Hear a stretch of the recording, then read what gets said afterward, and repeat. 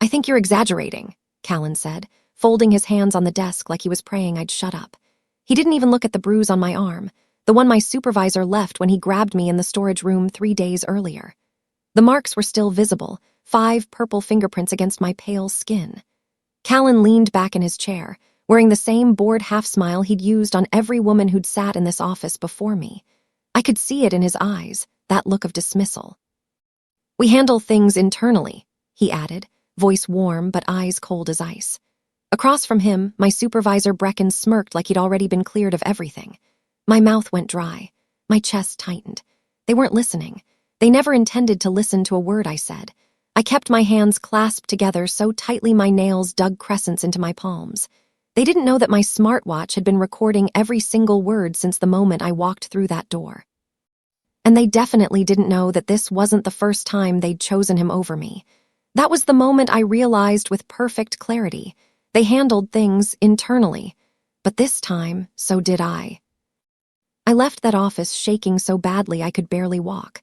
My legs felt like they might give out before I reached the stairwell at the end of the hall. The hallway stretched forever, fluorescent lights buzzing overhead like angry bees. I could still hear Brecken's laugh echoing in my head, that smug, self-satisfied sound that made my stomach turn. I could still see Callan's dismissive wave as he told me to try to be more understanding of the situation. Understanding. Of what exactly? Of being grabbed hard enough to leave bruises. Of being humiliated and dismissed repeatedly. I pushed through the stairwell door and collapsed onto the concrete steps, my back pressed against the cold wall. My hands trembled violently as I pulled out my phone and stopped the recording on my smartwatch. The files saved automatically to 3 different locations. 43 minutes of evidence. 43 minutes of them dismissing, defending, and protecting the man who hurt me. I pressed my palms against my eyes, fighting back tears that threatened to spill over. I wouldn't cry here, not where they could see, not where they could use it against me as more proof I was too emotional. But inside, something had shifted permanently. The floorboard had finally given out. My name is Raina Delker. I'm 29 years old, and I work as a receptionist-turned-admin at Dunning's Medical Group in suburban Ohio. I'm the kind of person who apologizes when someone else bumps into me. The kind who stays late to finish other people's work, because I can't stand leaving things undone. The kind who brings homemade cookies to office parties and remembers everyone's birthdays with handwritten cards. For 2 years, I believed that if I worked hard enough, if I stayed polite enough, if I just kept my head down and did my job perfectly, things would eventually get better. But the truth was brutal and simple. Polite women don't survive in places where men like Brecken run the show. And HR? HR was his personal shield, his protection against any consequences. I needed this job desperately. My mother had been chronically ill for 5 years, and her medical bills swallowed most of my paycheck every month. I couldn't afford to quit. I couldn't afford to make waves. So I stayed quiet, stayed small, and hoped that eventually someone would notice I was drowning. Nobody did. Nobody ever does until it's too late. It hadn't started with the grab in the storage room. It began 6 months earlier, on a Tuesday afternoon during a staff meeting. Brecken had been explaining the new patient intake procedures when I noticed a clear error in the documentation he was showing on the projector. I raised my hand hesitantly, my voice barely above a whisper. "Actually, I think the insurance verification step comes before the medical history form, not after. The new federal regulations require it." The room went silent instantly. Everyone stopped typing. Brecken turned to me slowly, eyebrows raised in mock surprise. "Oh, really?" he said, voice dripping with sarcasm that made my face burn hot. "Thank you so much, Raina, for correcting me in front of everyone. What would we possibly do without your expertise?" A few people laughed nervously, looking down at their notepads. My face burned hot with humiliation. I wanted to sink through the floor and disappear forever.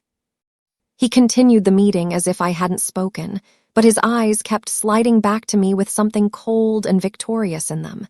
That was the exact moment I understood.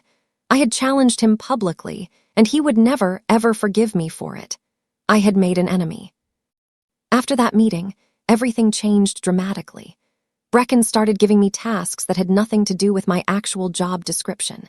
He'd drop a stack of papers on my desk at 4:30 on a Friday afternoon and say, I need these reorganized alphabetically and color-coded by Monday morning.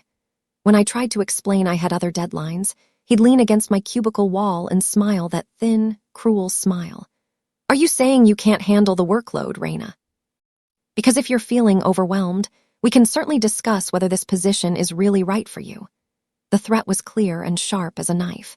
So I'd stay late, sometimes until 8 or 9 at night, redoing filing systems that didn't need fixing or creating elaborate spreadsheets nobody would ever use or look at. My coworkers started leaving before me, casting sympathetic glances but saying nothing to help. Nobody wanted to be his next target. And any time I pushed back, even gently, Brecken would make a loud comment about my attitude problem, loud enough for others to hear. I felt myself shrinking smaller and smaller with each passing day, disappearing piece by piece. 2 months after that staff meeting, Brecken moved my desk without asking me first. He claimed I was too chatty with the other admins, though I barely spoke to anyone anymore.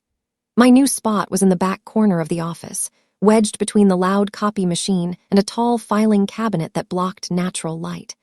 The fluorescent light above my desk flickered constantly, giving me headaches that lasted for hours. But worse than the physical location was the isolation it created. I couldn't hear important announcements from the front office.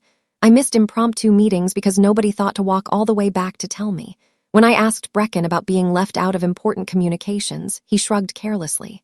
"You seem to work better alone," he said dismissively. "Consider it a favor." But it wasn't a favor at all.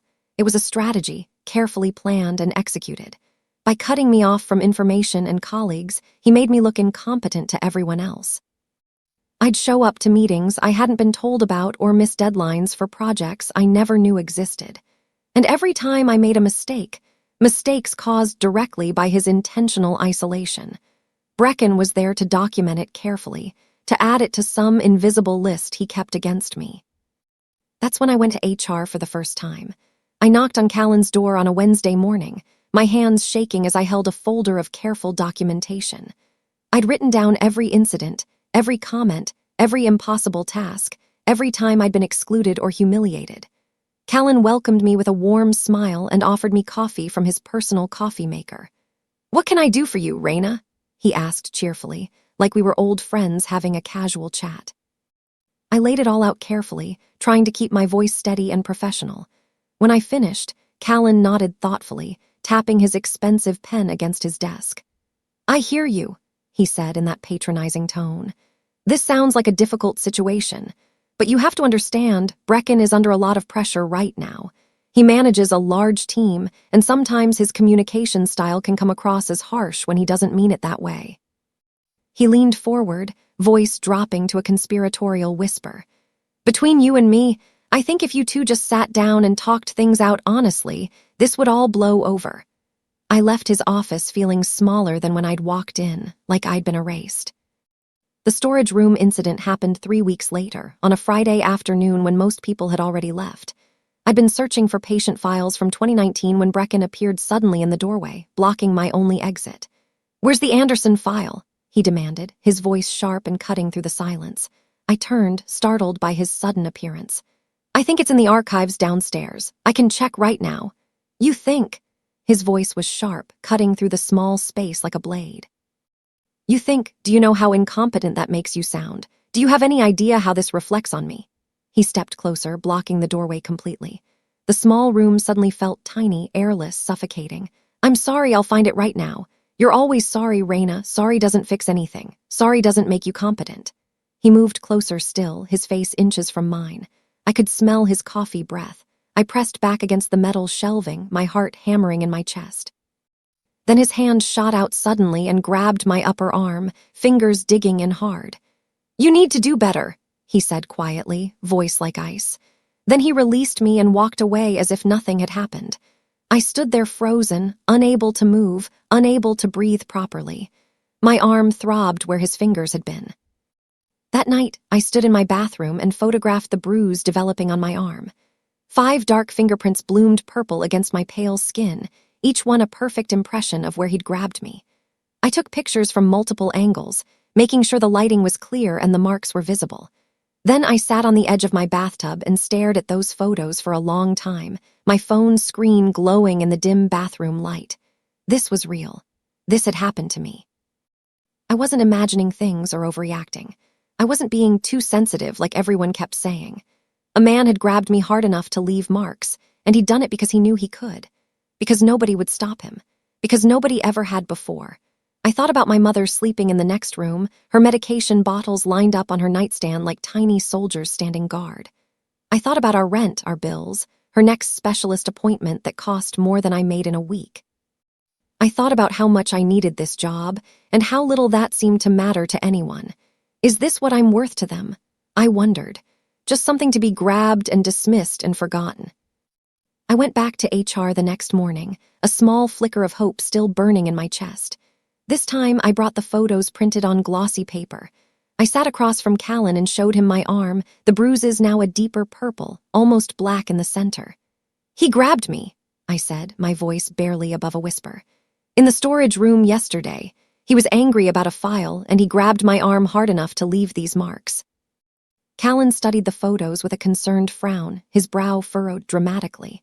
Then he set them down gently on his desk, pushing them away slightly. "Raina, I understand you're upset, but are you absolutely sure he meant to hurt you? Sometimes in a moment of stress, people don't realize their own strength. They don't mean any harm." My world tilted sideways. "He grabbed me," I repeated, my voice shaking now. "He left bruises on my arm." Callan sighed heavily, the sound heavy with false sympathy. "He didn't mean it, Raina. Brecken's under enormous stress right now. His father just passed away 2 weeks ago, and he's handling the entire intake department alone." I hadn't known about his father dying, but it didn't change the marks on my arm. It didn't erase what he'd done to me. That afternoon, I sat in my car during lunch break and searched my phone with trembling fingers. Recording laws in my state. The results loaded slowly, my internet connection weak in the underground parking garage. My state was a one-party consent state. That meant I could legally record any conversation I was part of without telling the other person, without their permission, without their knowledge. I read through multiple legal websites to be absolutely sure, checking and double-checking the information on government sites and legal forums. My hands trembled as I scrolled through page after page of legal precedent. This felt dangerous and necessary at the same time, like standing at the edge of a cliff and choosing to jump. For the first time in months, I wasn't just reacting to what they did to me. I was planning. I was preparing. I was taking control back. I opened the voice recording app on my smartwatch and tested it, speaking softly to myself in the empty car. The quality was surprisingly clear, every word audible and sharp. I saved the test file and deleted it, then sat back in my driver's seat and stared at the medical building where I worked. Tomorrow, I would go back into Callan's office. And tomorrow, I would have proof of everything they said. The meeting happened on a Friday afternoon, exactly 1 week after the storage room incident. I'd requested it through email, keeping my message brief and professional and emotionless. Callan agreed immediately, probably expecting another tearful complaint he could deflect with practiced ease. This time, Brecken was there too, sitting in the chair beside mine like we were equals having a casual discussion about nothing important. I started my smartwatch recording before I even knocked on the door. My hand shaking as I pressed the small button. "Thanks for meeting with me," I said, settling into my chair carefully. My voice was calm, controlled, betraying nothing of the storm inside. Inside, my heart raced like a trapped bird. Callan smiled warmly at me across his desk. "Of course, Raina, we want to address your concerns. That's what we're here for." For 43 minutes, I laid everything out again. The tasks, the isolation, the comments, the storage room, the bruises that were still visible on my arm. Brecken denied everything with practiced ease, his voice smooth and reasonable. "She's misinterpreting my management style," he said calmly. "I've never intentionally hurt anyone in my entire career." Callan nodded along sympathetically, then delivered his final verdict. "We handle things internally." The smartwatch recorded every single word they said, every dismissal, every lie. I listened to the recording that night, earbuds in, sitting on my bathroom floor with the door locked.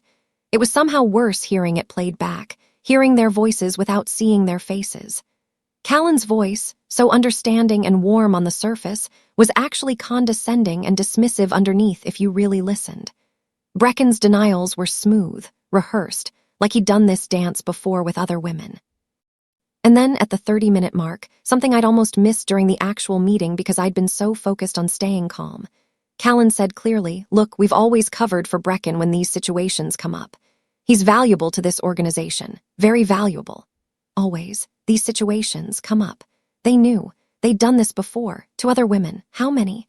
I saved the audio file to my phone, my laptop, and a USB drive I kept hidden in my desk drawer. I uploaded it to 3 different cloud storage accounts with different passwords. This wasn't just evidence anymore. This was ammunition. This was power. And I was done being quiet. I was done being small. I was done apologizing for existing, for speaking up, for having the audacity to expect basic human decency. They'd given me no choice but to fight back with everything I had. The next Monday, Vesper from the billing department caught me by the coffee machine in the break room. She was a quiet woman in her 40s who usually kept to herself, always eating lunch alone at her desk. She glanced around nervously before speaking, making sure nobody else was within earshot. "I heard you went at HR about Brecken," she whispered, her voice barely audible over the coffee maker.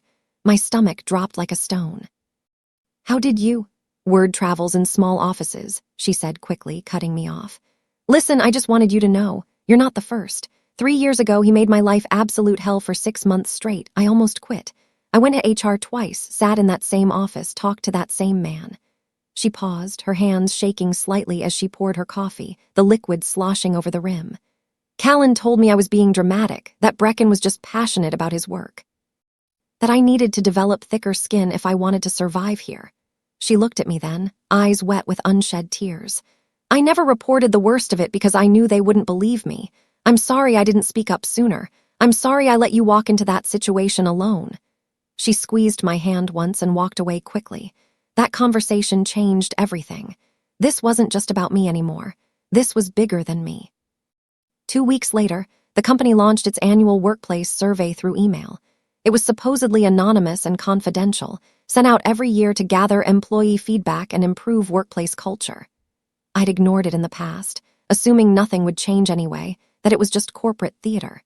This year, I read every single question carefully, taking my time with each one. How safe do you feel in your workplace? Do you trust your supervisors to treat you fairly? Have you witnessed or experienced discrimination or harassment? For each question, I answered honestly and in detail, typing out full paragraphs instead of checking boxes. At the end, there was an optional section with small gray text. "Upload any supporting documentation." My cursor hovered over the upload button for a long time, my finger trembling on the mouse. Then I attached the audio file from the HR meeting. Just the audio, no explanation, no accusations, no emotional pleas. Just 43 minutes of them dismissing, defending, and protecting someone who'd hurt me. I added the photos of my bruises to the upload folder, each one time-stamped and dated. Then I hit submit before I could second-guess myself. The survey confirmation flashed on my screen. "Thank you for your feedback. All submissions are reviewed by corporate compliance." I closed my laptop and exhaled slowly. 3 weeks passed in tense silence. I'd almost convinced myself nothing would happen, that my submission had been buried or ignored like everything else. Then one Tuesday morning, Callan received an email. I knew because I heard him swear loudly from his office, something he never, ever did in the workplace. By noon, whispers spread through the building like wildfire out of control. Corporate headquarters had flagged serious ethics concerns from the anonymous survey results. They were requesting full department records, HR complaints, disciplinary actions, performance reviews, termination files, everything going back 5 years. 2 investigators were being sent from the main office out of state. The email, according to Vesper, who'd heard it from someone in accounting, specifically mentioned patterns of misconduct and potential mishandling of employee complaints requiring immediate investigation. I kept my head down and my face neutral, but inside something blazed hot and bright and fierce. They were coming. Finally, someone was coming, someone who might actually listen and care. That afternoon, I caught Brecken staring at me from across the office, his expression unreadable, somewhere between confusion and fear. Then he looked away quickly when our eyes met, and I knew without a doubt that he was scared. He should be. Next day, Brecken approached my desk for the first time in weeks. It was so unexpected I almost dropped my coffee mug all over my keyboard. "Hey, Raina," he said, voice unnaturally friendly and higher-pitched than usual. "How are you doing? Everything okay?" I looked up slowly from my computer screen, keeping my face completely blank and unreadable. "I'm fine. Why do you ask?" He shifted his weight from foot to foot, hands buried deep in his pockets. "Just checking in. You seem stressed lately. If you ever need anything, you know my door's open, right? Anytime you want to talk." It was the first kind thing he'd said to me in 6 months, and it meant he was absolutely terrified of what was coming. "That's nice of you," I said carefully, keeping my voice neutral. "I appreciate it." He lingered for a moment, clearly waiting for me to say more to give him some clue about what I knew. When I didn't, he forced a laugh that sounded hollow and fake. "Well, okay then, just wanted to make sure we're good." "We're fine," I said, turning back to my computer screen. He walked away quickly, almost running, and I allowed myself the smallest smile. They knew something was coming. They just didn't know exactly what. And the not knowing was eating them alive from the inside. Friday afternoon, Callan called me into his office without any warning or explanation. I brought my smartwatch, recording again, the device hidden beneath my sleeve. He looked absolutely terrible, dark circles under his eyes like bruises, shirt wrinkled and untucked, hair uncombed and sticking up in odd places. "Raina, I need to ask you something," he said, skipping any pleasantries or small talk. "Did you submit anything unusual in the company survey? Anything at all?" I met his eyes steadily, refusing to look away first. I answered all the questions honestly. Was I supposed to lie? "No, of course not, but did you? Attach anything, any files or documents?" My heart pounded so hard I thought he might hear it, but I kept my voice calm and even.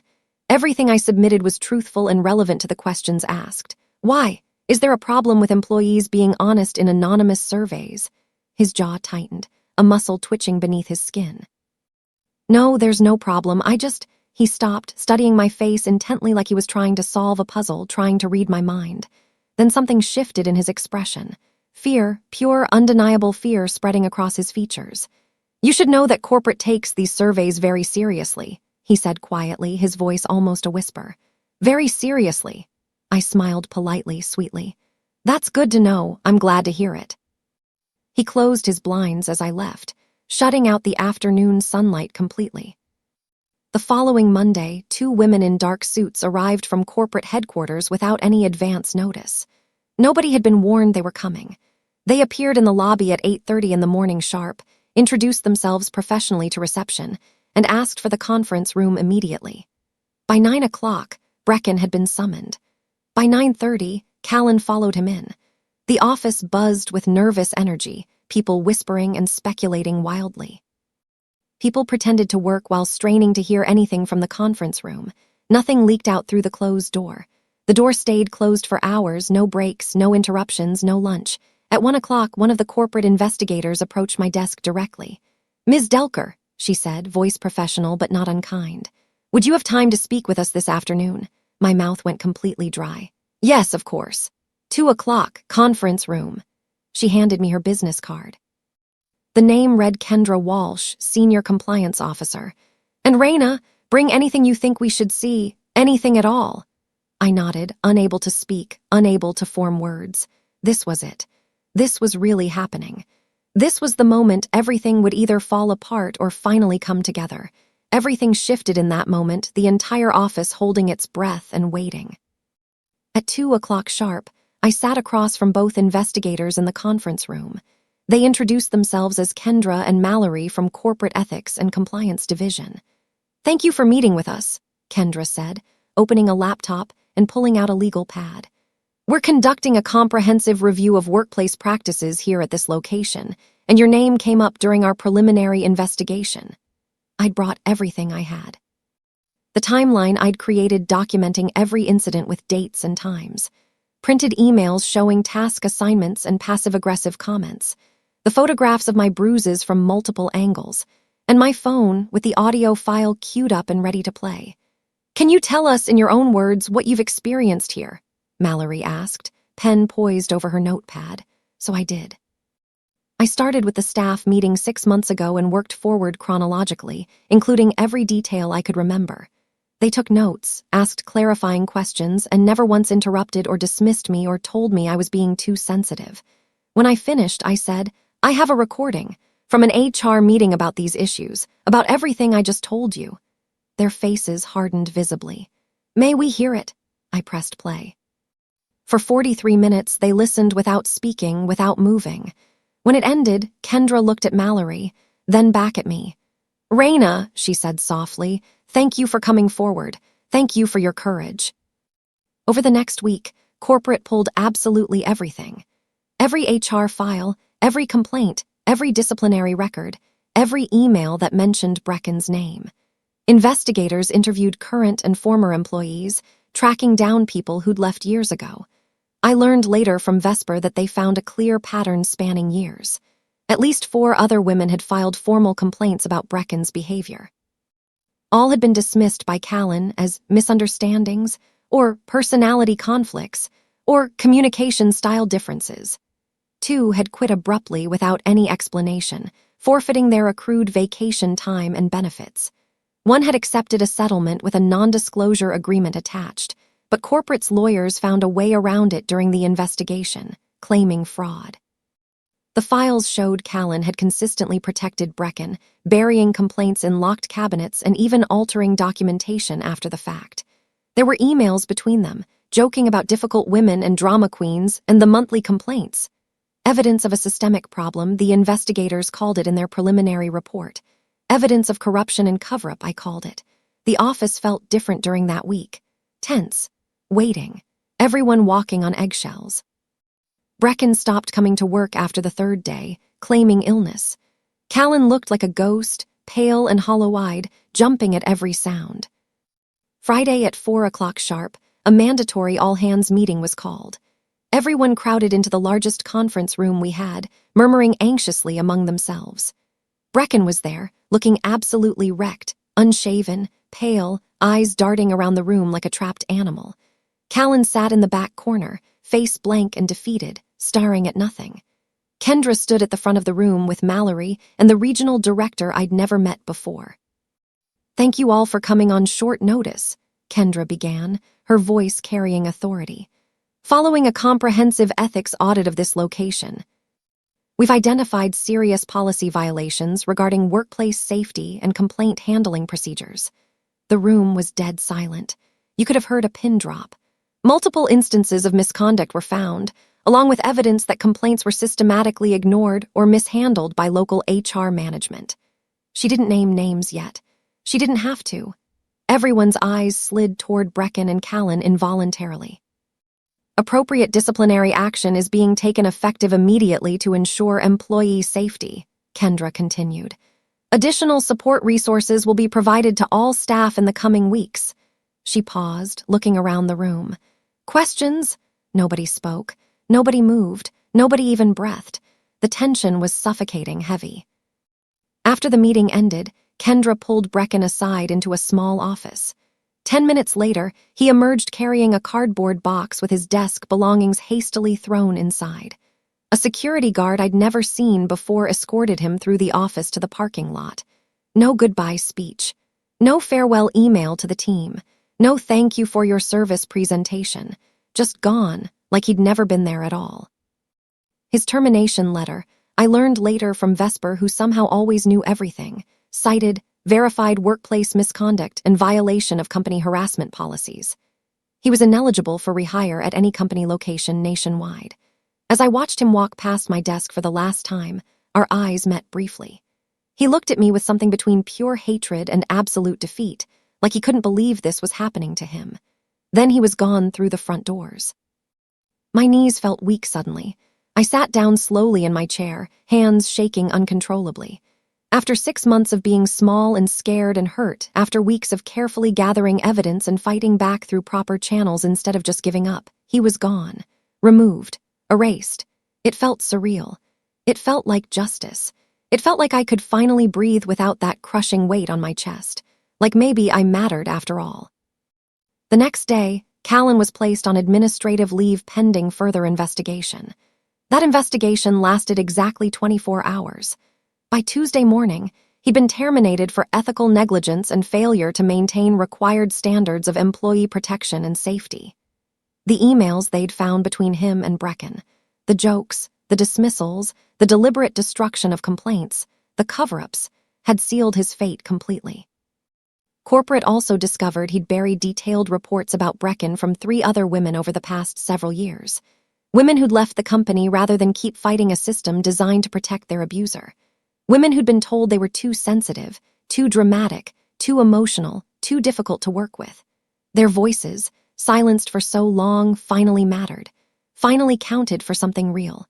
Vesper stopped by my desk that afternoon, her eyes red from crying. "Everyone knows it was you," she said quietly, glancing around nervously. "The recording, the survey, all of it." My stomach dropped like ice water. "Is that a problem?" She smiled through her tears, shaking her head.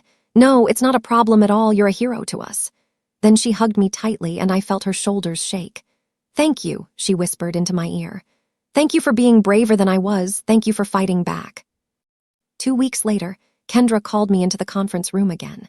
I braced myself for bad news, for retaliation, for something terrible to happen.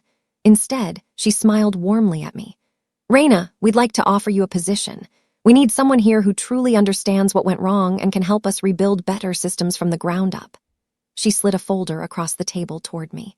"It's an HR admin hybrid role focused on ethical workplace practices and employee advocacy. Better pay, better hours, full benefits package including expanded medical coverage for dependents." I stared at the offer letter, unable to process the numbers I was seeing. It was nearly double my current salary. The medical coverage alone would completely transform my mother's care and quality of life. "You'd be helping ensure this never happens again," Mallory added seriously. "Not just here, but across all our locations nationwide. You'd be making real change." I looked up at them, tears blurring my vision and spilling down my cheeks. "I accept." 3 weeks later, I walked into my new office, small but mine, with a window overlooking the parking lot and a door that locked from the inside. I sat at my desk and took a long, deep breath that didn't hurt for the first time. For the first time in months, I felt safe in this building. For the first time in my entire life, I felt powerful and heard and valued. They'd tried to make me small and invisible. Instead, I'd taken up space and refused to disappear. They'd tried to silence me with fear and intimidation. Instead, I'd made them listen to every single word. "You're not dramatic. You're not too sensitive or emotional or difficult. You're not imagining things or overreacting to normal workplace interactions. You are worthy of safety, respect, and basic human dignity in your workplace. And if nobody protects you, then you protect yourself, with truth, documentation, and the courage to fight back even when you're terrified and alone. Because sometimes, the only way to handle things internally is to make absolutely sure the truth can't stay buried anymore."